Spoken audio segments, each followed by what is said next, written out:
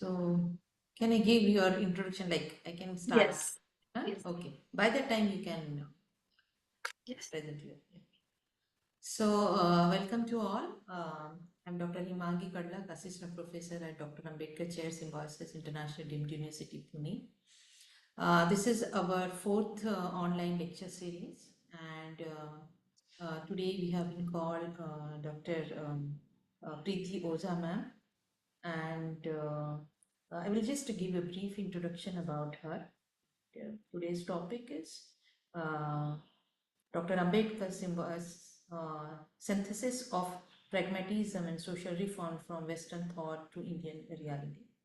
Before starting the lecture, I will just give a brief about Dr. Ambedkar Chair. Dr. Ambedkar Chair has started in December 2023. Since then, we have been conducting a lot more seminars, workshop, guest lectures, and now this online lecture series. And our theme is Dr. Ambedkar's thought and contribution to education in India. So our chair working on education. Before starting this lecture, I can give a brief about Dr. Preeti Oza ma'am.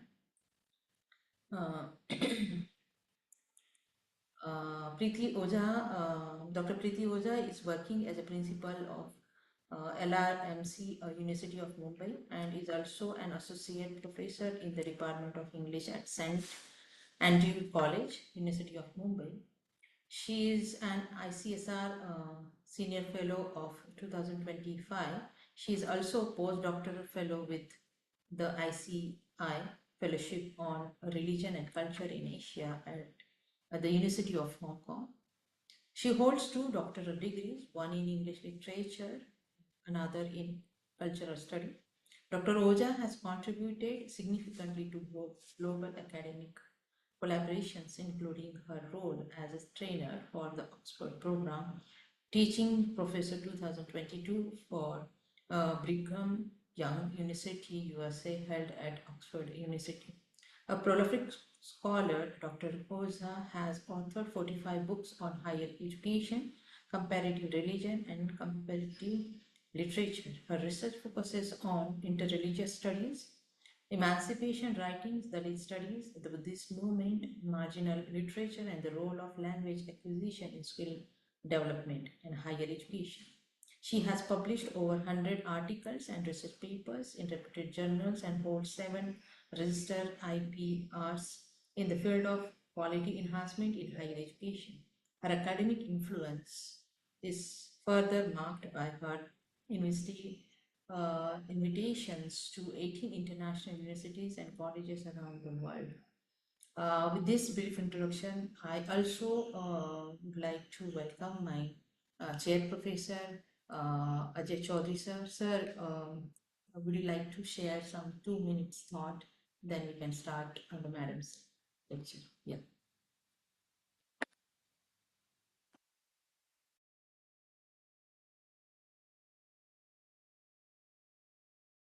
Sir, you are on mute. So you are on mute, sir. Okay. Ah. Okay. Thank you, Himangi. I welcome Dr. Preeti Oja for giving us such a wonderful lecture on the synthesis of the pragmatism with the social reform. And I feel that the pragmatism is a very important aspect. And,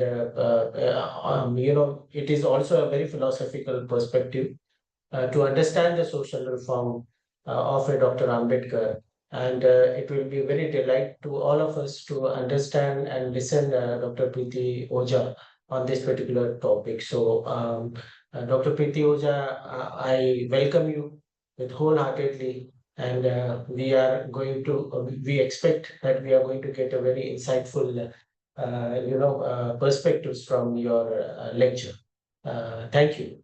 Thank you. Mangi. Yeah. And welcome, Dr. Preeti Oja. Ma'am, you are on mute. Sir. Thank you, Professor Dr. Ajay Chaudhary, Chair Professor of Ambedkar Chair in such a prestigious university, and my very long time ago connected colleague, Dr. Himangi. and it was very nice to connect to her through a real online platform called, I think, Academia.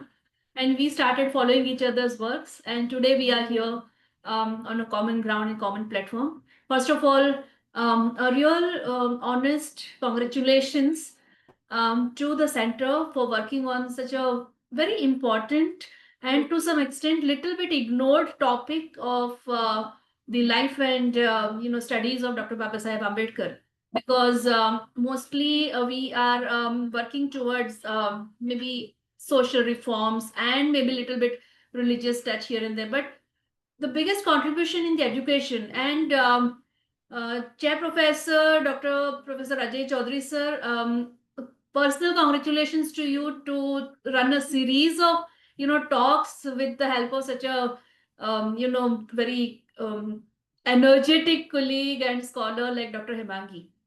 And I'm sure the series which is already started, and I think my talk is fourth or fifth in that, must have put some background somewhere in understanding of two very, very important phenomenon. First is Dr. Babasaheb Ambedkar in our context, Indian context, and we talking about it from the educational platform.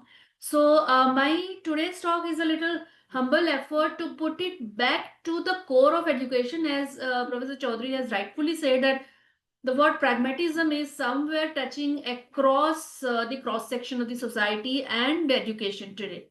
So thank you so very much for having me here, and I'll try and put some of the understandings from my side together for the discussion, for the understanding, for the deliberation of my esteemed participants. Thank you so very much, sir. Thank you. So is my screen there? Yes, yes. Is this changing? Okay. So when we talk about Dr. Babasaheb Ambedkar's synthesis of pragmatism with social reform, let me start with the word pragmatism, and as sir has rightfully said that this is a philosophical tradition, but more or less it is also emphasizing on practical consequences of ideas and some of the schools of thoughts, where we try to put some of the concepts and ideas into the real life situations and real life working, but somehow this is still a very vague study when we talk about philosophy, philosophical ideas, which is like non-tangible ideas, and when we want to see the result on field in the form of maybe quantifiable results. So this is the biggest challenge when we touch upon philosophy and some of the social science factors or areas like the education, what we are trying to do today. So this is the base of my study. Let me just further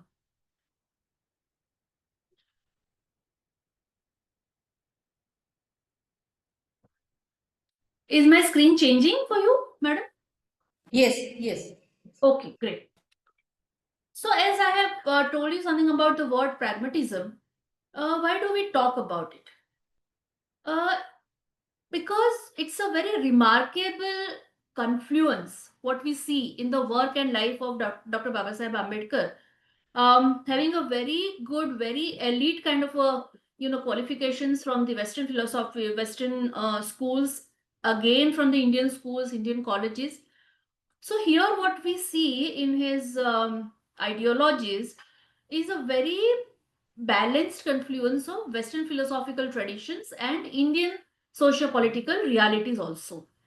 And as we talk about one of Dr. Ambedkar as one of the India's foremost thinkers, reformers, and constitution maker, his intellectual journey breached the gap between theory and practice. He has also blended some of the very fine Western theories and ideas into a very Indian, kind of a reference to context. But still, today, when we look at it, we are still grappling with the deep-rooted, inequalities, and we are still carrying forward a huge amount of colonial legacies. So, madam, is that okay if I keep my video off? Yeah, it's fine. Okay. So, with this idea, pragmatism emphasizes the practical consequences of ideas. Um, for example, when we talk about Ayurveda and yoga, when we talk about traditional agriculture, when we talk about water management. So, basically, it applies the concept of ethics, politics, education, and a social theory. It's an amalgamation. But adaptability is very important here to see the result of the evolving societal contexts. Now, when we talk about Dr. Ambedkar and the influence on Dr. Ambedkar from the Western, scholars or the schools or the theories, there are three important names what we see here. First and foremost is John Dewey. Second is William James, and next one is C.S. Pierce. Basically, Dewey's idea about pragmatism has influenced Baba Saheb a lot, and then he started talking about the Indian context with reference to the core tenets of pragmatism. What has shaped this entire interest? Uh, Baba Saheb's years at Columbia University, especially between 1913 and 1916, were very formative in his career or in his understanding. He was immersed totally in American pragmatism, and when we talk about it, as I have told you, pioneered by thinkers like S.T. Pierce, William James, and John Dewey. The idea of pragmatism prioritizes adaptability, democracy, and the transformative power of education. So, what has attracted Baba Saheb is the last word, that is the transformative power of education. So, for Baba Saheb, these principles were not abstract ideas, but they were concrete tools for dismantling social hierarchies. Uh, so, these three are, when we are looking at it, these three are the pioneers in framing, shaping, and influencing Dr. Ambedkar into talking about the pragmatism and its implications. So, as I told you earlier, his years at Columbia University between 1913 and 16 were very formative, and he encounters Dewey's vision of democracy as the associated life. So, democracy was not, see, please remember, we are talking about 1913 and 1916. India was still not independent in those years. So, in those days, talking about the democracy or the power of democracy as an associated life, a collaborative and communicative process, it has deeply touched Baba Saheb. So, this exposure of democracy and education has actually shaped his belief that democracy in India must go beyond political institutions or political freedom, or maybe talk about keeping the Britishers out. For him, it was more about encompassing liberty, equality, and fraternity, three basic ideas. And now we are talking about long back, maybe 200, 300 years ago, that is French Revolution. And from that, what he has taken is liberty, equality, and fraternity. So Baba Sahib reinterpreted these values to address the entrenched, very deep-rooted caste system. He has also tried touching upon these areas to make social justice a totally non-negotiable element of democratic life. Uh, Here, as I have told you, democracy is a very important core or important keyword, what he has seen. And society is a collaborative and communicative. Education, as a part of the pragmatic theory or pragmatic understanding seen by John Dewey, was never a one sided process, what we have started giving or taking in India as a part of the British colonialism. Again, I'm going back to the years.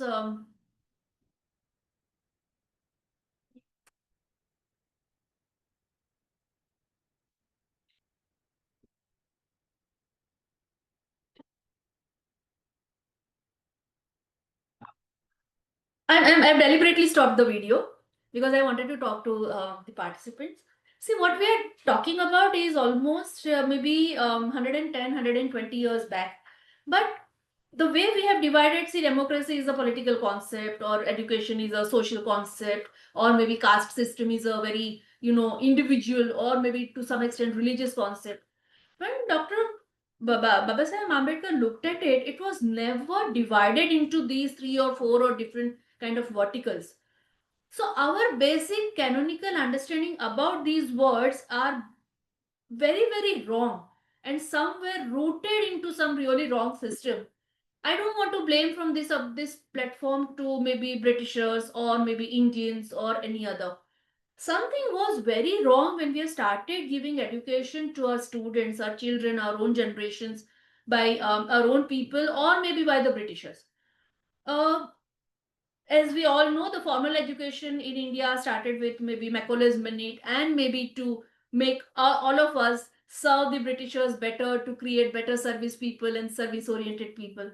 Now, that has somehow lost the entire pragmatic approach, where we wanted to see some really socially applicable things, or visible changes in the society through the education. We could never connect to this pragmatic approach, which is very strongly propagated in the United Nations, or in the United States, or in the places like University of Columbia, which has very, very strongly influenced the impressionable years of Baba Sahib.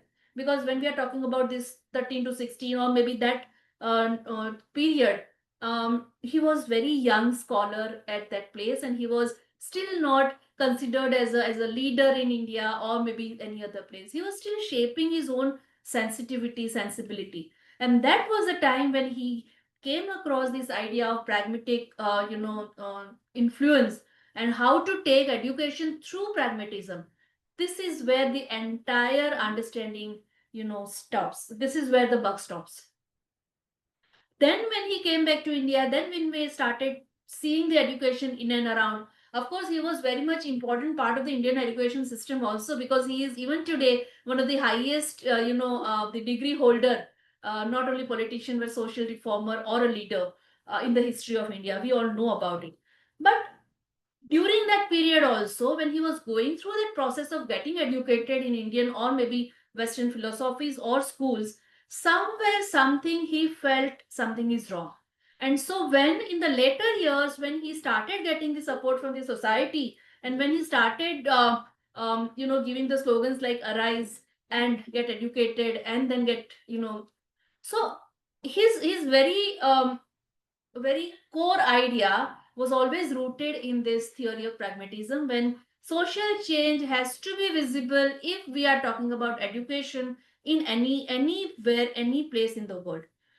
If the education or educated person cannot bring in social change, positivity, visible positivity, there is no point getting that education, and the person cannot be called educated. This was a very simple but very strong belief of Baba Sahib Ambedkar, and that is what we are going to talk about with different theories. So today's my talk is more on the Western theories of three philosophers.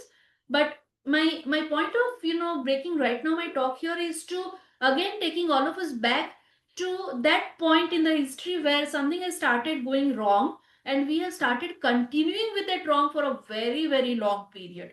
So this is where the importance, or maybe somewhere we have ignored, we have little neglected such a very important person in the history of India. Thankfully we are getting back to that, but we don't know how much more time it will take to see the results. Can I go back to my content, please? Am I clearly audible? Can you hear me? Yes, ma'am.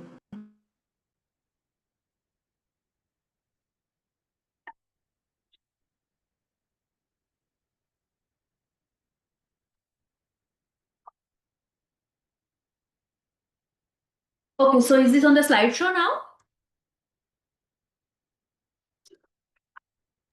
Yes, ma'am. Is my slide there? Okay, okay, great. Thank you. Now, as I told you, and you can see on the screen the degrees, the kind of professional or official or maybe the formal education. Now, the one who is talking about the impact of education has gone through that process almost globally. And that is what is making his thoughts and ideas so very relevant even today, because he's not bound by one region or one religion or one state or one nation or one language. He has been there and done that almost so many places in the world. So when his application of pragmatic principles to the Indian context, he has started talking about it. The grassroots was always in the reforms, and always it was reimagining of the democracy through social equality, because we all know that the bone of contention was always the caste oppression for all of us, and he viewed education as the most potent weapon for social transformation, drawing from Dewey's Democracy and Education to argue for literacy and knowledge as tools to break caste barriers and empower marginalized communities. And here we see a very big impact of synthesis of Western philosophy with Indian realities. And this is where the vision was set for social reforms and democracy. Now, this is John Dewey's idea about democracy and education, when he says that give the pupils something to do, not something to learn, and the doing is of such a nature as to demand thinking, learning naturally results. Now, this is where what we call today in the higher education terminology experiential learning. So today, after almost 100 years, we have started talking about experiential learning, but it was always in the core of this pragmatic aspect of education and democracy. So Dewey says that democracy as a way of life, and it is not something what we get as a luxury or what we demand or what we get from somebody. It is a way of life. But as I told you, in the concept of democracy also, Baba Saheb has picked only 3 important ideas: liberty, equality, and fraternity from the French Revolution, that means 200-year-old entire structure, because he has already seen and experienced what his fellow human beings, his fellow family members, his fellow community members are going through in India. And he could see that only these 3, if we get back in India from the Western culture or from the Western philosophy, that is, first one is liberty.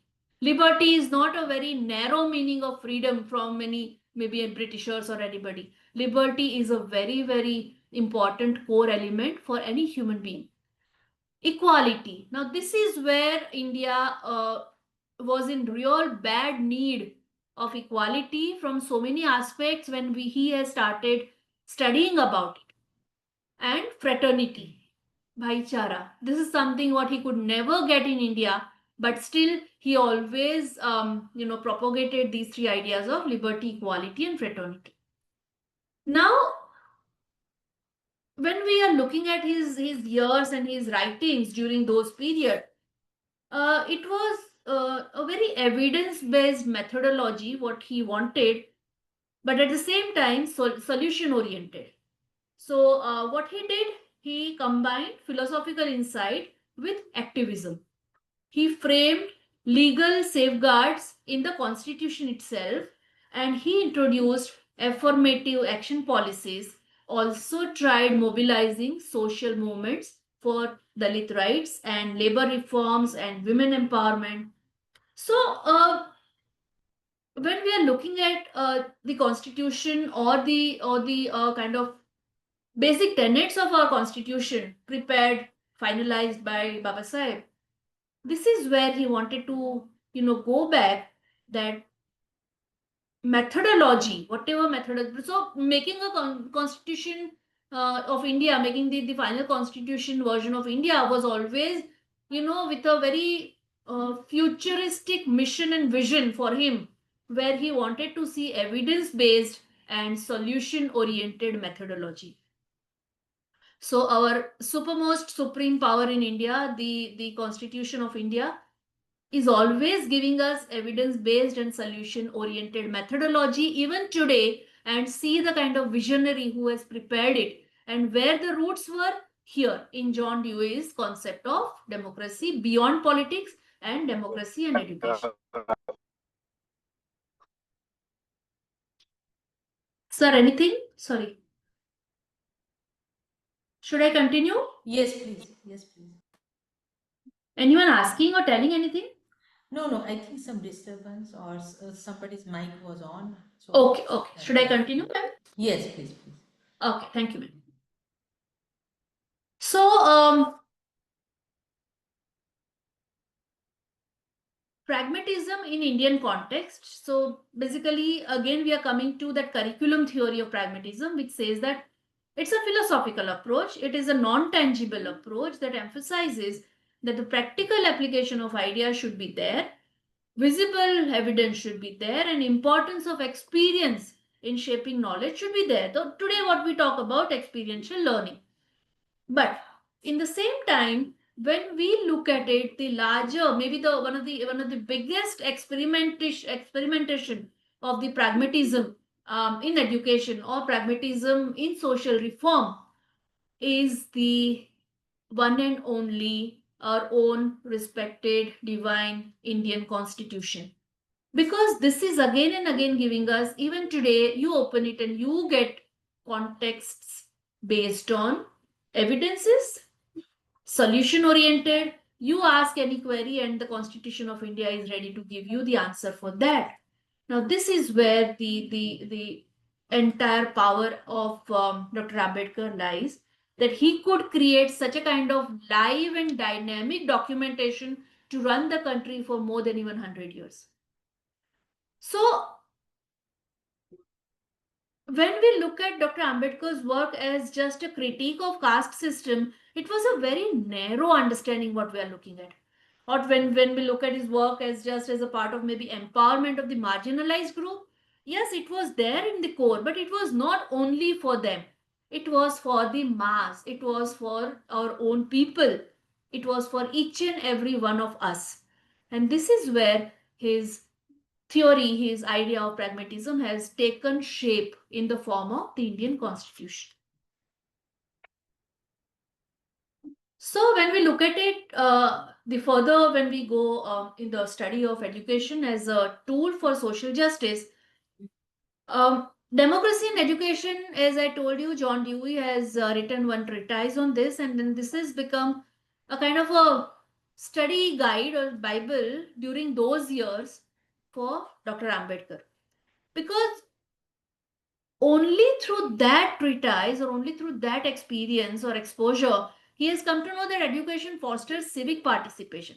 Education is not the way we have propagated in India, that okay, we go to Gurukul and only selected few will get the education and remaining all will not even touch upon that area, and education is to create just intellectuals sitting doing nothing.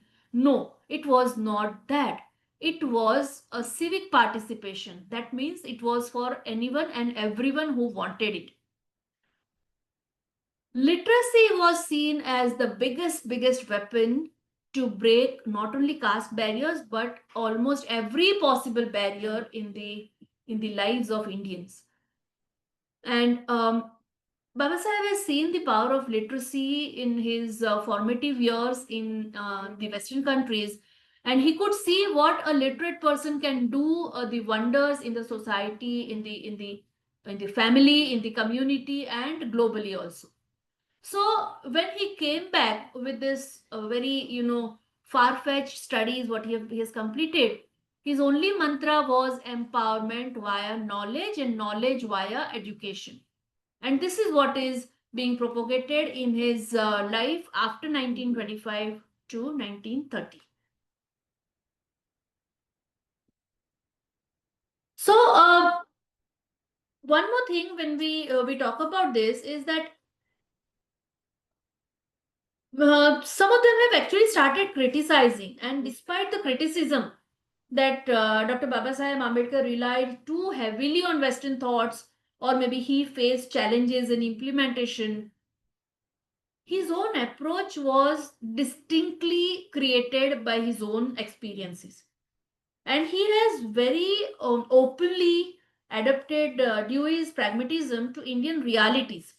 And that was the very first kind of a experiment, what I can say, or very first kind of a case study, what we find here, that somebody has got the Western idea, Western philosophy, and started implementing on the Indian society through proper channel, what we call today. And we could see the balancing ideals with achievable reforms. So his ideas remain globally relevant even today because his ideas are not Indian, his ideas are not Western, and it is a perfect amalgamation with the evidence-based, solution-oriented treatises. So his ideas remain even today globally relevant. Ideas resonate with contemporary social theories also today. Very important, things right now since last 5 to 7 years has been taken up in the departments across universities, is something to connect the literature and the social reform with the pop culture or the social media. And even there, we have seen a very strong resonance with the contemporary social theories through Dr. Babasaheb Ambedkar's ideas and institutions.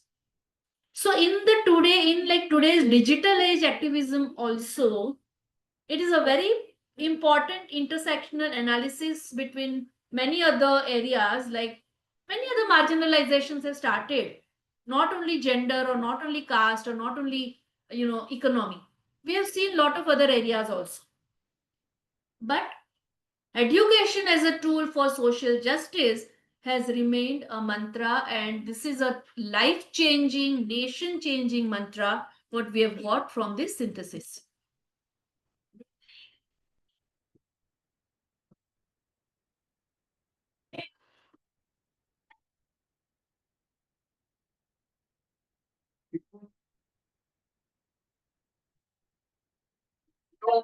Is my screen changing?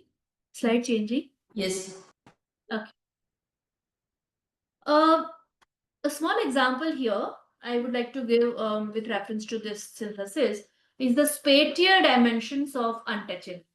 When we talk about the spatial dimension, that is talking about the space, talking about the time also at times. Spatio-temporal, what we say, but the space has always remained a very important part in the multiple dimensions of untouchability. This is just for the sake of examination of this theory. So when villagers reinforce discrimination, this is directly taken from John Dewey's treatise, and I have also given the reference here from Garza's book, Touching Space. So, and this is something which is also propagated in Dr. Ambedkar's ideas when he said that urban spaces promoted integration, while villagers reinforced discrimination by maintaining those spaces. So, mobility challenged caste norms and nationalism linked to cohesion. These are ideas, these are the pointers taken from this particular reference. But it is very, easy to understand with reference to Ambedkar's concepts of pragmatism when we talk about it, that villages will, the villages will try and reinforce the discrimination because the spatial dimensions are very strong there. It is not only untouchability, it is about many other discriminations also, what we have seen. But as and when India grows, as and when a nation grows, as and when a country grows, and grows maybe into industry-wise or economy-wise, urban spaces are also growing. And it was a good sign to see that urban spaces are promoting integration. Urban spaces are not reinforcing discrimination. Urban spaces, that means mobility, what we call demographic shift, and that is very visible even today. The cities and the urban areas are not that very strong and not so very stubborn about the spaces, different spaces for us versus them. The otherness is not that strong in the city areas as compared to the rural areas or the villages. Now, this is an example what I have selected here to reinforce the idea of John Dewey, that he has adapted some ideas like this also, that it is not only education, it is the shift in the demographic also, it is the shift in your lifestyle also, which will help in a kind of seeing or getting that evidence based or maybe solution oriented important areas. Now, after coming back, when we have seen that his ideas on education, so where he has strongly reinforced, he has strongly utilized the usage of all these ideas, what he has done is a very, very intelligent take. What he has taken is legislative reforms, because he has almost single-handedly compiled the entire treatise before finalizing it. And in that, very, very intelligently, he has put these minor aspects which was directly related to education. So framing of the constitution, or maybe legal safeguards for the marginalized communities, or maybe the affirmative action policies, or maybe a law as the tool for reform. So all these areas he has very, very strongly incorporated into each and every page, each and every act, each and every column of the Constitution of India.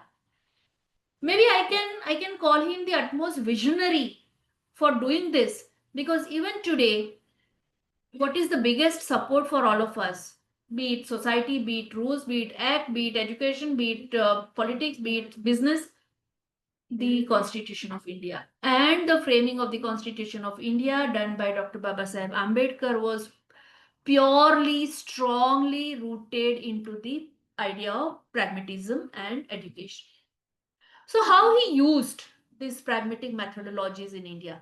This is a very good book by Scott Stroud, The Evolution of Pragmatism in India, and this is also an intellectual biography. So it is not actually the anatomical biography. It's a intellectual biography, and Scott Stroud has actually put the the entire reason for the charismatic personality of Dr. Babasaheb Ambedkar into the idea of pragmatic methodology. So as I have told you, there are four main areas what we have seen.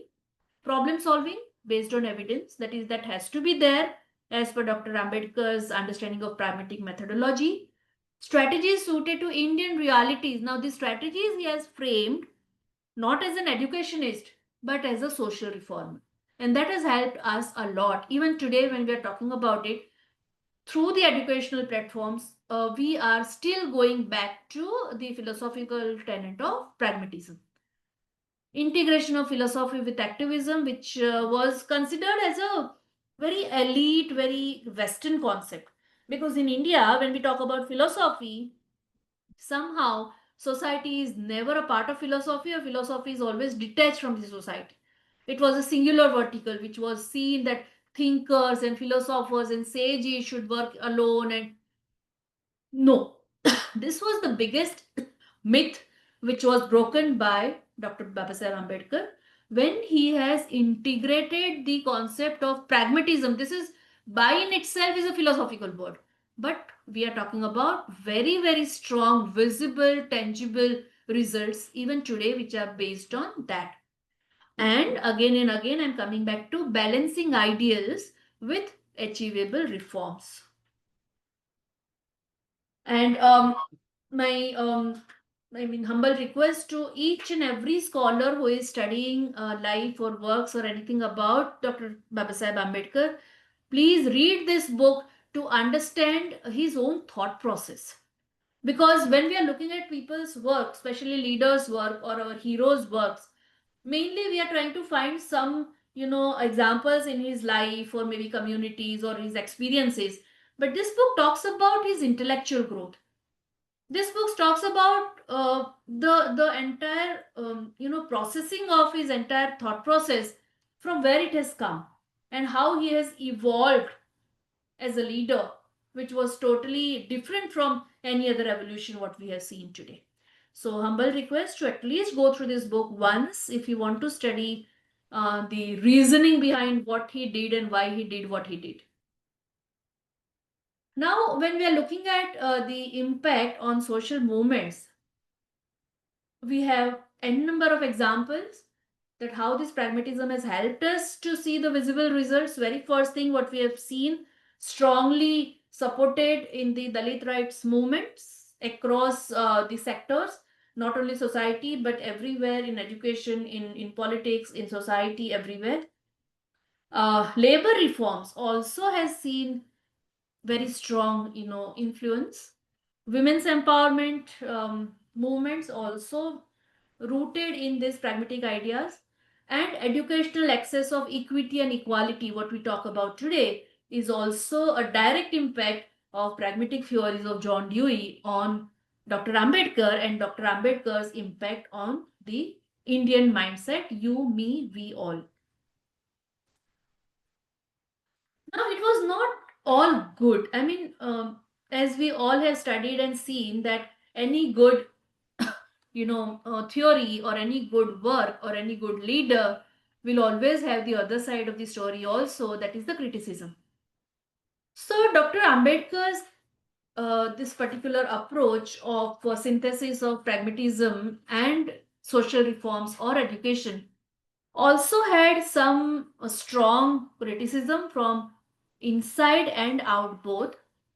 So many of them have questioned, saying that is this over reliance on Western thoughts? Because as I have told you in the beginning, that pragmatism as a concept of philosophy for us only for those who want to just sit alone and talk about if and but and how the mind works. That means philosophy was never seen as a direct impact, tangible impact, visible impact, changing impact on society. So first criticism came in the form of questions saying that is this total over reliance on the Western thought? Second question came is how are you going to implement? Because still, when you're talking about pragmatism, socialism, or maybe Navayana, or maybe Dhamma as a concept, or maybe cultural, criticism, cultural emancipation, how are you going to implement these ideas? Another very strong kind of resistance came in the form of debates over conversion into different religion from the religion in which he was born, and the resistance from elites, because it is very easy to understand that philosophy was always in the I mean, when I say hijacked by the elites on those days, and elites were not only the caste elites, but it was also economic elites or educated elites or maybe lifestyle elites, intellectual elites. So resistance have come from them also, that how can you downgrade, how can you dilute philosophy and put it on the streets and in the mohallas and in the roads and in the schools. But this is exactly what Dr. Baba Saheb Ambedkar has done. And very interestingly, he has also responded to this criticism. So his responses have come into four different things. First is the defense of pragmatic adaptability. He has started very strong belief in his followers and in his near and dear ones that pragmatic ideas are very adaptable. Adaptability, flexibility is very high. Second, what he has done is emphasis on constitutional legitimacy.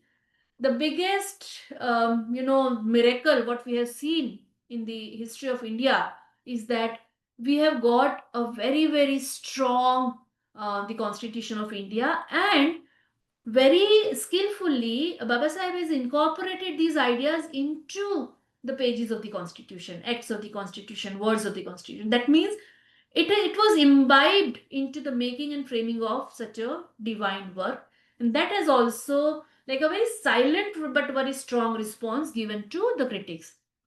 Acknowledgement of gradual change and continued advocacy for education. After making this final treatise, what he has done is just one point agenda in his life is to educate, educate, educate. His only one word mantra to his fellow human beings, his fellow community beings, his fellow citizens is that educate yourself, educate yourself. Agitate was word earlier, but then the key word has become education. So when we talk about global relevance, because more or less my talk was mainly on the Indian counterpart, it is not only limited to India.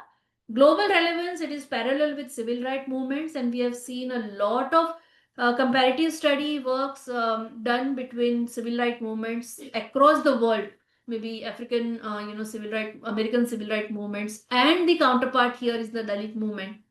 This is also very, very important global influence.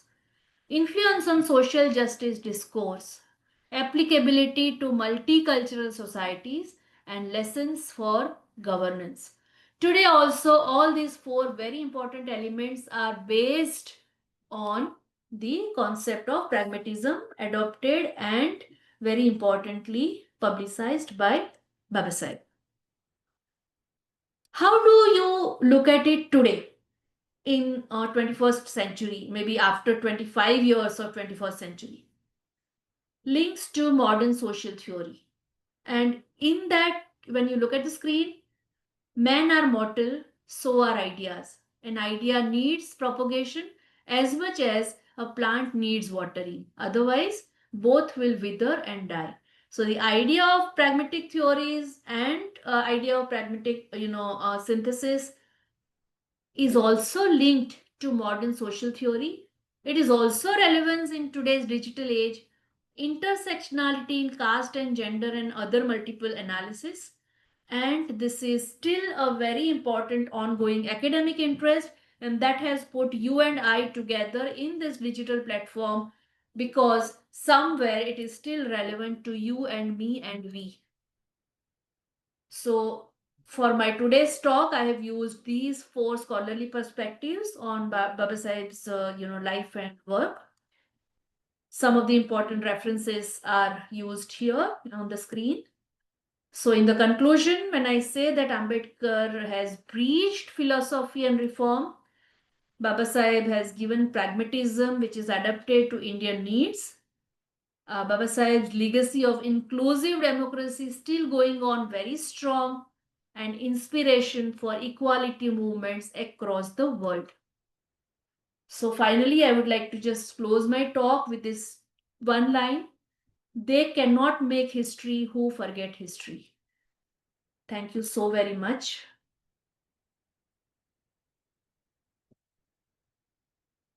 And this was a talk on a small but important topic called how we have got our entire synthesis.